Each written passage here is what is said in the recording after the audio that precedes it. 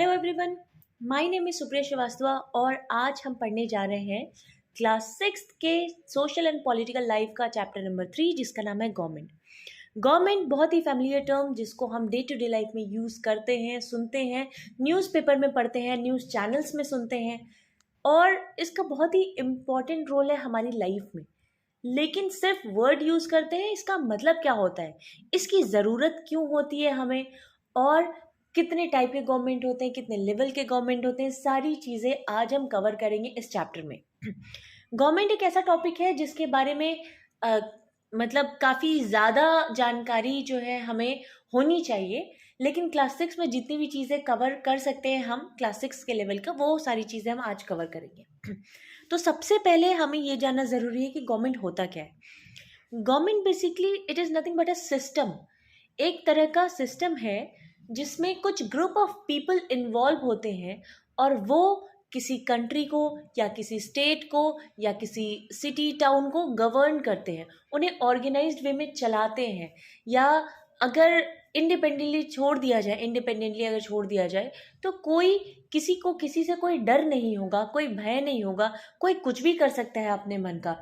लेकिन कहीं ना कहीं मन में डर होता है कि अगर मैं ये गलती करूँगा या करूँगी तो मुझे सज़ा हो सकती है, मुझे पुलिस पकड़ सकती है या मुझे कोर्ट में ले जाया जा सकता है। तो बहुत सारी सी चीज़ें हैं जो हम डे टू डे लाइफ में जानते हैं, हम डरते हैं, हम एक सिस्टम में रहते हैं, एक तरीके से रहते हैं। तो ये एक कंट्री को चलाने के लिए या किसी स्टेट को चलाने के लिए या फिर किसी टाउन या सिटी या इवन विलेज को चलाने के लिए, गांव को चलाने के लिए बहुत ही इंपॉर्टेंट टर्म होता है गवर्नमेंट। तो सबसे पहले हमने ये समझ लिया कि गवर्नमेंट होता क्या है। ये एक सिस्टम है, एक सिस्टम है किसी भी जगह को ऑर्गेनाइज्ड वे में चलाने के लिए, और कुछ ग्रुप ऑफ पीपल ये जो भी हमारा स्टेट है, कंट्री है, उसको गवर्न करती है। वो डिपेंड करता है कि वो ग्रुप ऑफ पीपल को चुना किसने है, क्योंकि ये डिपेंड करेगा कि किस टाइप की गवर्नमेंट वहाँ पे एग्जिस्ट करती है। जैसे अगर हम इंडिया की बात करें तो India is a democratic country जहाँ पे हम we the people are responsible कि कौन पर्सन जो है वो हमारे कंट्री को गवर्न करेगा, ऑर्गेनाइज्ड वे में चलाएगा, क्योंकि वी हैव द पावर। यहाँ इलेक्शंस होते हैं और हम चुनते हैं उन लोगों को। जैसे हम इलेक्शंस के बाद जैसे किसी एक जगह से कोई चुनाव में खड़ा हुआ, इलेक्शन में खड़ा हुआ, हम वोट करते हैं, वहाँ से चुने जाते हैं वो पर्सन जो कि मेंबर ऑफ पार्लियामेंट बनते हैं, एमपी। और कई जगह से जब एमपीज जो चुन के जाते हैं वो एक प्राइम मिनिस्टर को इलेक्ट करते हैं, चुने जाते हैं प्राइम मिनिस्टर, जो कि हमारे पूरे कंट्री को गवर्न करते हैं। तो ये इन चीज़ों के बारे में हम आगे और डिटेल में पढ़ेंगे। लेकिन सबसे पहले ये बात ये आती है कि गवर्नमेंट तो इतना हम पढ़ रहे हैं, लेकिन इसकी ज़रूरत ही क्यों है। तो छोटी सी बात तो मैंने आपको अभी भी बताई कि गवर्नमेंट की ज़रूरत क्यों है, लेकिन इसको और वृहद रूप में विस्तार से हम अब पढ़ते हैं। तो सबसे पहले to make decisions and get things done. तो कोई भी डिसीज़न लेने के लिए या चीज़ों को करने के लिए हमें गवर्नमेंट की ज़रूरत होती है। अब डिसीज़न मतलब हमारे घर परिवार का डिसीज़न तो गवर्नमेंट नहीं लेगी, तो उस डिसीज़न की बात तो मैं कर नहीं रही हूँ। डिसीज़न का मतलब ये होता है कि जहाँ पे भी लोग रह रहे हैं वो एक सोसाइटी है, एक लोकेलिटी है, एक टाउन है, हम एक स्टेट में रहते हैं, स्टेट बहुत सारे स्टेट्स मिला के कंट्री बनती है। तो यहाँ पे डिसीजंस कौन लेगा? सिर्फ एक पर्सन जो है वो डिसीजन तो नहीं ले सकता किसी स्टेट के बारे में या सबके बारे में। तो एक पूरे लोकेलिटी, सोसाइटी, टाउन, विलेज के बारे में अगर डिसीजन लेना हो तो वो डिसीजन का पावर किसी पर्सन के पास होना चाहिए। तो वहाँ से आती है बात, गवर्नमेंट की हमें ज़रूरत इसलिए होती है। Second, job opportunities. हम लगातार भागते हैं जॉब के लिए, गवर्नमेंट जॉब चाहिए। तो ये जॉब की अपॉर्चुनिटी भी गवर्नमेंट की तरफ से हमें मिलती है, जिससे जॉब पाके हम सिक्योर फील करते हैं और हमारा लाइवलीहुड चलता है। तो जॉब की अपॉर्चुनिटीज़ भी हमें गवर्नमेंट के थ्रू मिलती है। तीसरी बात ये है कि protect the boundaries of the country. अब हमारे कंट्री है इंडिया, तो इसको कौन प्रोटेक्ट करेगा? अगर we are living in particular state, जैसे कि कोई बिहार में रहता है, कोई यूपी में रहता है, लेकिन बॉर्डर कहाँ से लग रहा है? बॉर्डर जम्मू कश्मीर से लग रहा है, बॉर्डर गुजरात से लग रहा है, बॉर्डर नॉर्थ ईस्ट से लग रहा है। तो वहाँ बॉर्डर लग रहा है, क्या मतलब क्या हुआ कि जम्मू कश्मीर के बाद जम्मू कश्मीर किससे सटा हुआ है? पाकिस्तान से सटा हुआ है और चाइना से सटा हुआ है एक साइड से। बाकी के क्या है कि नॉर्थ ईस्ट के साइड में हम जाए तो बहुत सारे ऐसे नेपाल, भूटान, कई सारे कंट्रीज़ हैं जो कि एक बाउंड्री है जिसके पार हमें पता है कि इस बाउंड्री के एक साइड में हमारी कंट्री है और उस बाउंड्री के दूसरे साइड में दूसरी कंट्री है। तो उन बाउंड्रीज को प्रोटेक्ट करने के लिए, ताकि दूसरे कंट्री जो है हमारे कंट्री पे हमला ना कर दे, हमारी जगह ना ले ले और उसको अपने में ना मिला ले, तो उन चीज़ों को प्रोटेक्ट करने के लिए गवर्नमेंट की ज़रूरत होती है, क्योंकि ये सारे डिसीजंस तो वही ले सकते हैं जो इन सारी चीज़ों के लिए रिस्पॉन्सिबल हो। तो ये बहुत इम्पॉर्टेंट बात यहाँ पे आ जाती है कि हमारे कंट्री के, सिर्फ हमारे ही नहीं, अगर पाकिस्तान है, अफगानिस्तान है, नेपाल, भूटान, कोई भी कंट्री है, वहाँ की गवर्नमेंट इज़ रिस्पॉन्सिबल कि उस कंट्री की बाउंड्रीज को प्रोटेक्ट किया जा सके। तीसरी बात आती है, चौथी बात आती है यहाँ पे, असिस्टेंस आफ्टर नेचुरल डिजास्टर। अब अगर कोई नेचुरल डिजास्टर आता है, यानी आपदा अगर कोई आती है, सपोज फ्लड आया या फिर ड्रॉट आया या फिर सुनामी आई, तो यहाँ पे कौन किसकी मदद करेगा? We are not responsible. अगर फ्लड आया किसी स्टेट में, किसी जगह पे, तो कोई भी ऐसा नहीं करता है कि अपने घर पे किसी को रखे या सहारा दे या चीज़ें करे, सब अपने बारे में सोचते हैं। तो अगर ऐसा होता है तो उन लोगों को जिनका घर बह गया, जिनका पूरा नुकसान हो गया, अब वो क्या करेंगे? तो उनकी मदद कौन करेगा? तो ऐसे कोई भी आपदा आती है तो उनकी मदद कौन करता है? गवर्नमेंट करती है। अगर कोई फ्लड में फंसा हुआ है, कोई सुनामी में फंसा हुआ है, उनकी जान को खतरा है, वहाँ से निकालने का काम कौन करेगा? तो गवर्नमेंट करेगी। गवर्नमेंट अपनी टीम भेजती है, NDRF, SDRF, मतलब नेशनल डिज़ास्टर की टीम हुई या स्टेट डिज़ास्टर की टीम हुई, वो क्या करती है? वहाँ से लोगों को निकालती है। तो ये सारी चीज़ों का काम कौन करता है? गवर्नमेंट करता है। उसके बाद बात आती है कि maintaining peace in order, law and order, maintaining peace in country, sorry. तो इसमें क्या है कि जैसा मैंने आपको थोड़ी देर पहले बताया कि अगर किसी के बीच में झगड़ा होता है या कुछ भी ऐसा होता है, तो पीस, शांति बने रहे किसी भी देश में, किसी भी स्टेट में, इसके लिए भी रिस्पॉन्सिबल गवर्नमेंट होती है। जैसे अगर दो लोगों के बीच में झगड़ा होता है, तो अगर किसी पर्सन से पूछा जाए, सबके अपने पहलू होते हैं, सबकी अपनी समझ होती है, सबको लगता है कि वही सही है, लेकिन ये डिसाइड कौन करेगा कि सही कौन है? तो गवर्नमेंट डिसाइड करेगी। तो law and order is very important, जो कि मेंटेन करती है गवर्नमेंट किसी भी कंट्री में, ताकि शांति से लोग रह सके किसी कंट्री में, बिना डर, बिना भय के, कोई किसी का फ़ायदा ना उठा सके, कोई किसी पे अत्याचार ना कर सके।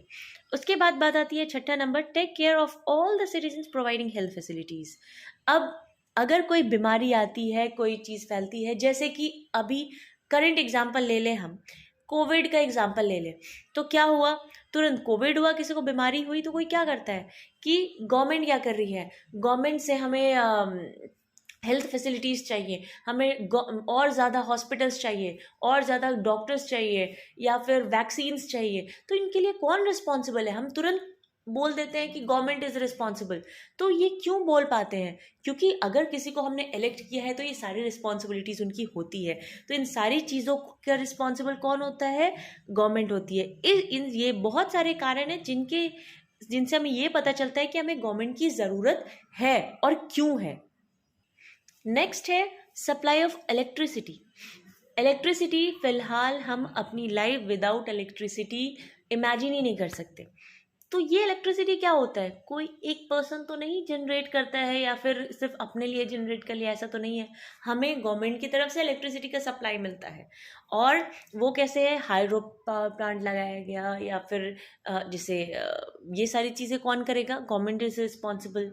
या सिर्फ टाइडल एनर्जी से अगर इलेक्ट्रिसिटी जनरेट हो रहा है, या फिर डैम कंस्ट्रक्ट करके हो रहा है, या फिर विंड से हो रहा है, मतलब तो नेचुरल चीज़ों को यूज़ करके, या फिर कोल से हो रहा है, किसी भी इन सारी चीज़ों का यूज़ करके इलेक्ट्रिसिटी का जनरेशन होता है।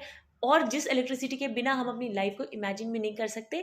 तो इन सारी चीज़ों का भी जो सप्लाई है वो गवर्नमेंट की तरफ से ही होता है। तो ये भी एक कारण है जिसके लिए हमें गवर्नमेंट की ज़रूरत है। नेक्स्ट क्या है? Maintain the price of various things. बहुत सारी चीज़ों का प्राइस को मेंटेन करने के लिए भी गवर्नमेंट की ज़रूरत होती है। जैसे महंगाई बढ़ रही है, हम ये बात बोलते हैं बहुत ही फ्रीक्वेंटली, हम कहते हैं पेट्रोल का दाम बढ़ रहा है, डीजल का दाम बढ़ रहा है, आलू प्याज टमाटर इन सारी चीज़ों का दाम बढ़ रहा है। तो हम क्या करते हैं, गवर्नमेंट के सामने बोलते हैं, अपना प्रोटेस्ट दिखाते हैं, हम उनके खिलाफ बोलते हैं कि नहीं महंगाई बढ़ रही है, इसको कम करना चाहिए। तो इन सारी चीज़ों का प्राइस जो है मेंटेन करने का काम भी कौन करता है, गवर्नमेंट इज़ रिस्पॉन्सिबल, ताकि जो भी पर्सन, जो भी सिटीजन एक कंट्री में या एक स्टेट में रह रहा है, उसको कहीं से कोई तकलीफ ना हो। उसके बाद आती है construction of roads, railway, school, buildings etcetera. तो अब अगर हमें जाना है, हम सिर्फ अपना घर बना सकते हैं, हम वहाँ पे रह सकते हैं, लेकिन क्या सिर्फ हम अपने घर में ही रहते हैं? तो ऐसा नहीं है। हम एक जगह से दूसरी जगह भी जाते हैं, हम घूमने के पर्पज से जाते हैं, हमारे कोई रिश्तेदार कहीं रहते हैं वहाँ जाते हैं। तो क्या होता है कि उसके लिए हमें साधन की ज़रूरत होती है, रोड की ज़रूरत होती है, रेलवेज़ की ज़रूरत होती है। तो रोड को अच्छा बने रहने देना, जैसे अगर हम ट्रैवल करते हैं, क्योंकि रोड का अच्छा होना बहुत ज़रूरी है। अगर रोड ख़राब है, हमारी जर्नी में टाइम ज़्यादा लगेगा, हमें तकलीफ़ होगी जाने में, बहुत सारी चीज़ें हैं, या फिर एक्सीडेंट्स हो सकते हैं। तो रोड का कंटिन्यूअसली कंस्ट्रक्शंस होते रहता है, और वहाँ रोड का कंस्ट्रक्शन होता है जहाँ पे फ़िलहाल रोड नहीं अवेलेबल है, पहाड़ों पे रोड का कंस्ट्रक्शन होता है। तो कनेक्टिविटी के लिए रेलवेज, रोड्स, इन सारी चीज़ों का बहुत ही इंपॉर्टेंस है, जिसके कंस्ट्रक्शन के लिए भी रिस्पॉन्सिबल है गवर्नमेंट। फिर आती है स्कूल बिल्डिंग्स। बहुत सारे हमारे लिए, हम ये जानते हैं कि education is very much important. तो स्कूल बिल्डिंग्स का भी, प्राइवेट की बात नहीं कर रही हूँ, गवर्नमेंट की बात कर रही हूँ। बहुत सारे गवर्नमेंट स्कूल्स हैं यहाँ पे। बहुत सारे इंडिया में लोग आज भी ऐसे हैं जो प्राइवेट स्कूल्स को अफोर्ड नहीं कर सकते हैं, लेकिन शिक्षा तो सबके लिए ज़रूरी है। तो स्कूल बिल्डिंग्स का कंस्ट्रक्शन का काम भी गवर्नमेंट का होता है। गवर्नमेंट स्कूल्स हर जगह, हर गांव में अवेलेबल होती है, ताकि छोटे से छोटे बच्चे, गरीब से गरीब बच्चे जो हैं वो शिक्षित हो सके और आगे देश के भलाई के लिए कुछ कर सके, अपनी भलाई के लिए कुछ कर सके। नेक्स्ट आती है बात maintaining peaceful relations with other countries. सिर्फ अपनी कंट्री ही मैटर नहीं करती है कि सिर्फ अपनी कंट्री में सारी चीज़ें बनाए रखें। मैटर ये भी करता है कि बगल के जो हमारे नेबर कंट्रीज़ हैं या फिर बाकी के दूसरे कंट्रीज़ हैं, उनसे भी शांतिपूर्वक उनसे रिश्ता बनाए रखें। क्योंकि कभी भी ऐसा होता है, किसी कंट्री में अगर दिक्कत आती है तो आसपास की कंट्रीज़, दूसरी कंट्रीज़ भी मदद के लिए हाथ बढ़ाती है, उनसे उनकी मदद करती हैं। जैसे हम जानते हैं कि अगर हम बात करें अपने इंडियन आर्मी की, तो बहुत सारे ऐसे, जैसे राफेल की बात करें या फिर दूसरे सुकोई की बात करें, तो ये क्या है, दूसरी कंट्रीज़ से हम परचेज़ करते हैं। तो अगर जब तक हमारे दूसरी कंट्रीज से अच्छे रिलेशन नहीं रहेंगे, शांति के रिलेशन नहीं रहेंगे, तो ये सारी चीज़ें हम आसानी से परचेज़ नहीं कर पाएंगे। या सिर्फ यही बात नहीं है, बात ये भी है कि हम इंपोर्ट करते हैं, एक्सपोर्ट करते हैं किसी कंट्री की, कि कोई चीज़ फेमस है किसी कंट्री की, कोई कंट्री कुछ और अच्छा बनाता है। अलग अलग नेचुरल, मतलब अलग अलग जगह के अलग अलग क्लाइमेटिक कंडीशंस होते हैं, लोगों के अपने तरीके होते हैं। तो वहाँ पे क्या होता है कि एक दूसरे से हम चीज़ों को शेयर करते हैं, टेक्नोलॉजी शेयर करते हैं, चीज़ें सिखाते हैं, ताकि हम साथ में हेल्दी डेवलपमेंट कर सकें। तो इन सारी चीज़ों के लिए हमें गवर्नमेंट की ज़रूरत होती है। अब नेक्स्ट टॉपिक आता है हमारा लेवल ऑफ गवर्नमेंट। तो लेवल ऑफ गवर्नमेंट क्या होता है, कितने लेवल के गवर्नमेंट होते हैं? तब से, जब से मैं ये बात बता रही हूँ, मैंने हर बार जिक्र किया है स्टेट का, टाउन विलेज का, नेशन का, अपने कंट्री का। तो इससे साफ जाहिर होता है कि 3 लेवल के गवर्नमेंट होते हैं। एक लोकल लेवल पे, एक स्टेट लेवल पे, एक नेशनल लेवल पे।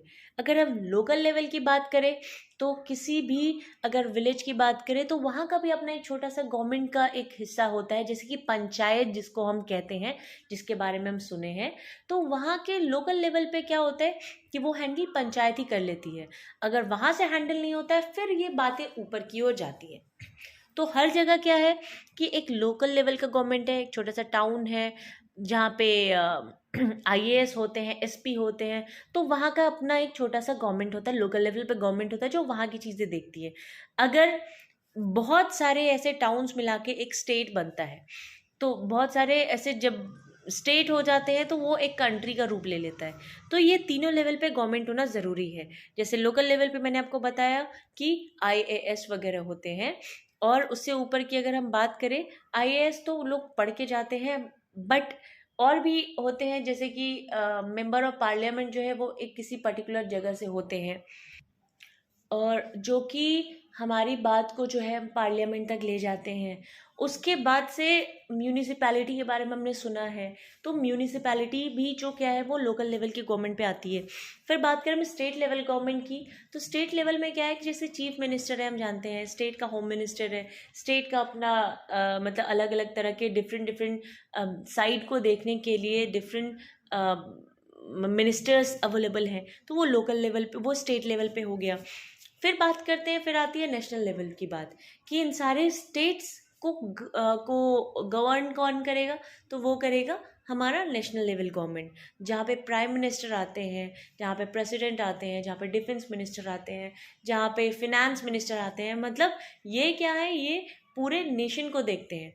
हर स्टेट गवर्नमेंट जो है वो अपने स्टेट के लिए स्वतंत्र भी होता है, और कुछ हद तक वो नेशनल लेवल गवर्नमेंट के लिए मतलब उनको बताने के लिए रिस्पॉन्सिबल भी होता है, उनसे हेल्प लेने के लिए रिस्पॉन्सिबल भी होता है। तो ये तीन तरह के गवर्नमेंट होते हैं, एक लोकल लेवल पे, एक स्टेट लेवल पे, और एक नेशनल लेवल पे। फिर हम बात करें, इसका एक छोटा सा जिक्र हुआ है यहाँ पे कि महात्मा गांधी जी ने एक बुक लिखी थी जिसका नाम है जर्नल यंग इंडिया, जो कि 1931 पे लिखी थी। जो छोटी बहुत जो भी जिस भी चीज़ की जिक्र है वो साथ साथ में ही पढ़ते जाना चाहिए, ताकि उसी समय हमें याद भी होते जाए। जैसे इसको अलग से याद करने की ज़रूरत नहीं है, यहाँ जिक्र हुआ, हमें याद कर लेना चाहिए इमिडिएटली। ये महात्मा गांधी ने क्या किया था, 1931 में एक बुक लिखी थी जिसका नाम था जर्नल यंग इंडिया। इन सारी चीज़ों से हमें क्या पता चला, ये पता चला कि government makes laws and everyone has to follow. Government जो है वो कानून बनाती है, और हर इंसान को वो कानून फॉलो करना होता है। यही एक तरीका है जिस तरीके से गवर्नमेंट फंक्शन करती है, क्योंकि हर इंसान को जाके नहीं देखा जा सकता, तो एक कानून बनाया जाता है जिसमें किसी का भी नुकसान ना हो। कानून वही लागू होता है, वही पारित होता है, जिससे ऐसा ना हो कि सिर्फ एक कम्युनिटी के लिए कानून बनाया गया है। ये ऐसा बनाया जाता है कि सबको फ़ायदा हो, या फिर किसी का नुकसान भी ना हो उससे। तो यही एक तरीका है, और वो लॉ एंड ऑर्डर, वो जो कानून बनता है उसको फॉलो कराने का काम भी गवर्नमेंट के डिफरेंट डिफरेंट सेक्शंस होते हैं, उनका काम होता है। जैसे कि हम जानते हैं एडमिनिस्ट्रेटिव होता है, जुडिशियरी होता है, लेजिस्लेटिव होता है। तो ये तीन तरह का सेक्शन होता है गवर्नमेंट में। लेजिस्लेटिव का काम होता है कि कानून को बनाना, एडमिनिस्ट्रेटिव का काम होता है उस कानून को लागू करना, और मतलब अगर कोई तोड़े तो वहाँ पे उनको देखना कि वो अच्छे से फॉलो कर रहे हैं या नहीं कर रहे हैं, और अगर कोई तोड़ता है और सज़ा देने की बारी आती है तो जो जुडिशरी सेक्शन है वहाँ पे सज़ा दी जाती है। इसके बारे में आगे के फर्दर चैप्टर्स में हमें पढ़ना है। फिलहाल people has also right to claim in the court for injustice, और इसके साथ साथ अगर किसी को लगता है कि वो उन्होंने ऐसा कुछ नहीं किया है, उन पे गलत आरोप लगाया गया है, उन्होंने कुछ गलत नहीं किया है, फिर भी उनके साथ जो है अन्याय हो रहा है, तो इंसान पीपल के पास भी ये राइट है कि वो कोर्ट में क्लेम कर सके कि उनके साथ अन्याय हुआ है। फिर गवर्नमेंट विल डिसाइड कि मतलब कोर्ट में जो जज होंगे वो डिसाइड करेंगे कि गलती किसकी है। जैसे कि एक छोटी सी कहानी मुझे इस बात पे याद आ रही है, जिसमें क्या है कि पंजाब साइड में एक खेत था जिसको गवर्नमेंट ने कोशिश किया कि वो ले ले, और सिर्फ ले ही ना ले, उसको उन्होंने हथिया भी लिया। फिर वो जो पर्सन है उन्होंने कोर्ट में ऐसा डाला कि उनके साथ गलत हुआ है, तो कोर्ट की तरफ से उनके पास जस्टिस आया कि यहाँ पे गवर्नमेंट की वहाँ पे जो एडमिनिस्ट्रेशन था उसकी गलती है, तो उस पीपल को, उस पर्सन को उनका ज़मीन जो है लौटा दिया जाए। तो ऐसा नहीं है कि गवर्नमेंट जो है वो उनके सेक्शंस में जो काम करते हैं they are independent to do anything. अगर उनसे भी गलती होती है तो कोर्ट से उन्हें भी सज़ा मिलती है। तो जो भी कानून है वो सबके लिए इक्वल है, चाहे वो एक आम इंसान हो, एक आम नागरिक हो, या फिर हमारे प्राइम मिनिस्टर ही क्यों ना हो। गवर्नमेंट या मतलब गवर्नमेंट सेक्शन में कोई काम कर रहा हो या नहीं कर रहा हो, लॉ एंड ऑर्डर सबके लिए बराबर है। फिर बात आती है टाइप्स ऑफ गवर्नमेंट, कितने तरह के गवर्नमेंट होते हैं। सबसे पहले बात करते हैं डेमोक्रेसी। डेमोक्रेसी वो गवर्नमेंट होता है जो हमारे कंट्री में है, यानी कि पीपल आर रिस्पॉन्सिबल। हम यहाँ पे पीपल जो है वो मेन होते हैं, हम इलेक्ट करते हैं लोगों को, हर 5 साल पे चुनाव होता है। इसीलिए कोई भी पर्सन जो कि गवर्नमेंट में एक मिनिस्टर के पोस्ट को होल्ड करता है या जो भी ऐसे पर्सन है वो परमानेंट नहीं होता है। They are elected for only 5 years। 5 साल में वो बदल दिए जाएंगे। अगर वो अच्छा काम नहीं करते, वो अन्याय करते हैं, तो हमारे पास ये पावर है कि उन्हें हम हटा के किसी और को मौका दें। तो डेमोक्रेसी में लोगों के साथ गलत नहीं हो सकता, पीपल आर रिस्पॉन्सिबल, तो ये एक डेमोक्रेटिक होता है। फिर बात करते हैं, नेक्स्ट आता है मोनार्ची। मोनार्ची क्या होता है? किंग और क्वीन, यानी पहले जो हुआ करता था या हाल हाल तक हम नेपाल की भी बात करें, वहाँ पे भी राजा थे, लेटेस्ट तक राजा थे। अब जाके वहाँ पे डेमोक्रेटिक टाइप का गवर्नमेंट हो गया है। लेकिन ये पहले हमारे यहाँ भी चलता था कि राजा और रानी रूल करते थे और उनका डिसीजन ही आखिरी होता था और उन्हें चुना नहीं जा सकता था। राजा का बेटा है, वही आगे रूल करेगा, वही आगे राजा होगा। तो इस टाइप का जो गवर्नमेंट होता है उसे हम मोनार्ची गवर्नमेंट कहते हैं।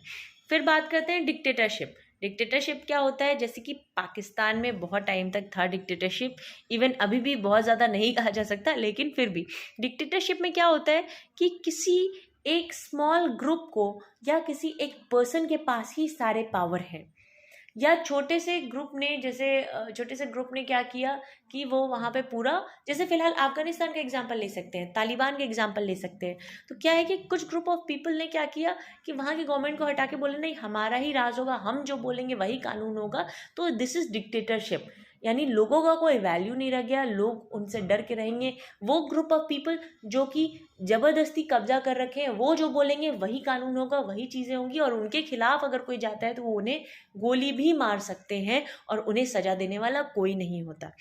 फिर आती है बात अपार्थाइड लॉज की। ये लॉ बेसिकली, इसके बारे में हमने सुना है, जो कि साउथ अफ्रीका में ज़्यादा चलता था।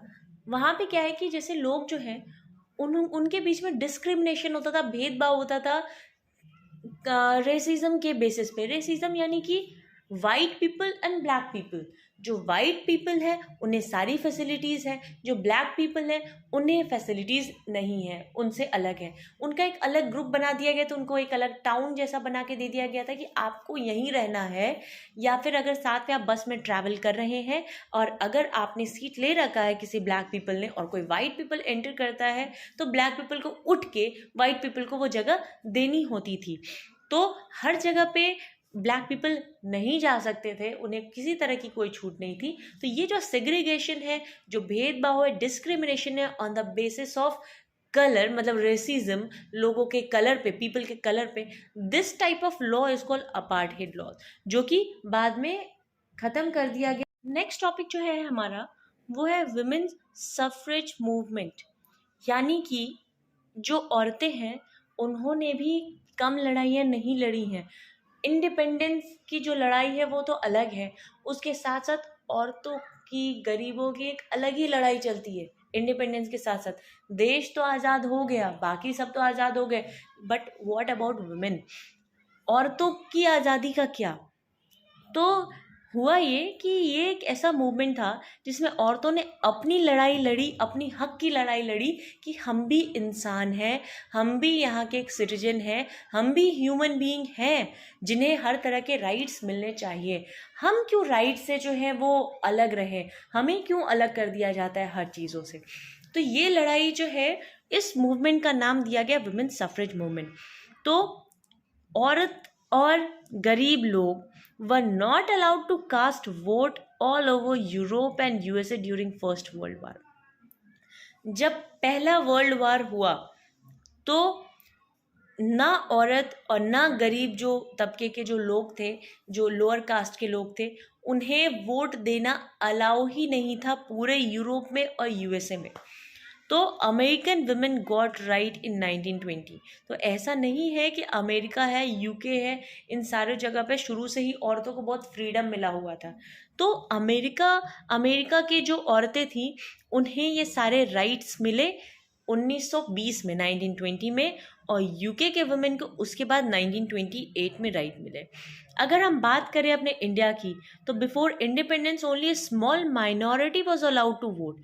हमारे देश में भी, हमारे इंडिया में भी बहुत ही थोड़े से लोग जो थे उन्हें ही अलाउ था कि वो वोट दे सके और इलेक्ट कर सके कि कौन हमारे गवर्नमेंट के लिए, कौन हमारे गवर्नमेंट के रोल के लिए आगे जा सकता है, कौन मिनिस्टर बन सकता है, कौन हमारे कंट्री को गवर्न कर सकता है।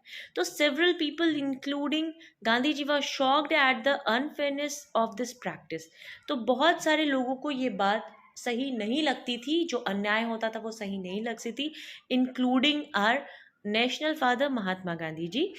तो इसकी वजह से क्या हुआ कि इन सारे लोगों ने डिमांड किया कि जो भी अडल्ट हैं should have the right to vote. उनके पास वोट करने का राइट होना चाहिए, आइदर मेन और वुमेन। अगर वो 18+ हैं तो उन्हें राइट होना चाहिए कि वो वोट कर सके।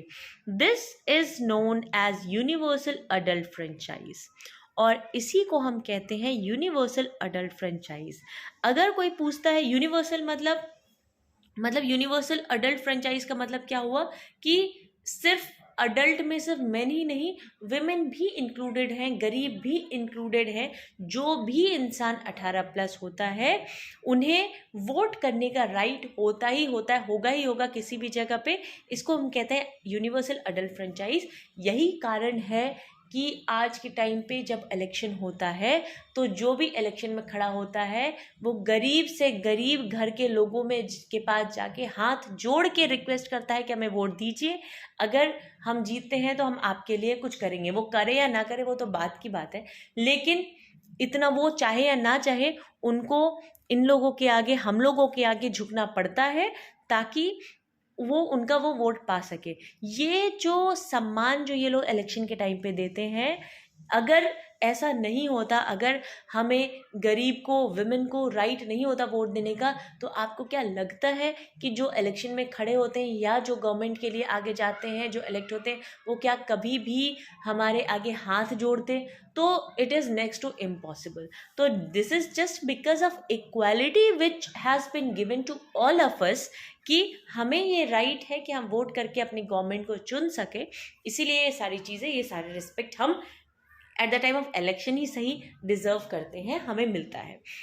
तो यहाँ पे समाप्त होता है हमारा चैप्टर नंबर 3, जो कि 6th क्लास में जितना भी बताया गया है, this is complete notes, complete summary. इससे ज़्यादा कुछ भी चैप्टर में नहीं बताया गया है। तो यहाँ पे ख़त्म होता है। आई होप मेरा ये वीडियो आपको पसंद आया हो। अगर पसंद आया है तो चैनल लाइक करिएगा, मेरा वीडियो लाइक करिएगा, चैनल सब्सक्राइब करिएगा, और किसी भी तरह की कोई बात हो तो आप प्लीज़ कमेंट सेक्शन में कमेंट करके बता सकते हैं। Thank you so much, have a nice day. Next जो भी चैप्टर होगा वो मैं सून अपलोड करूँगी।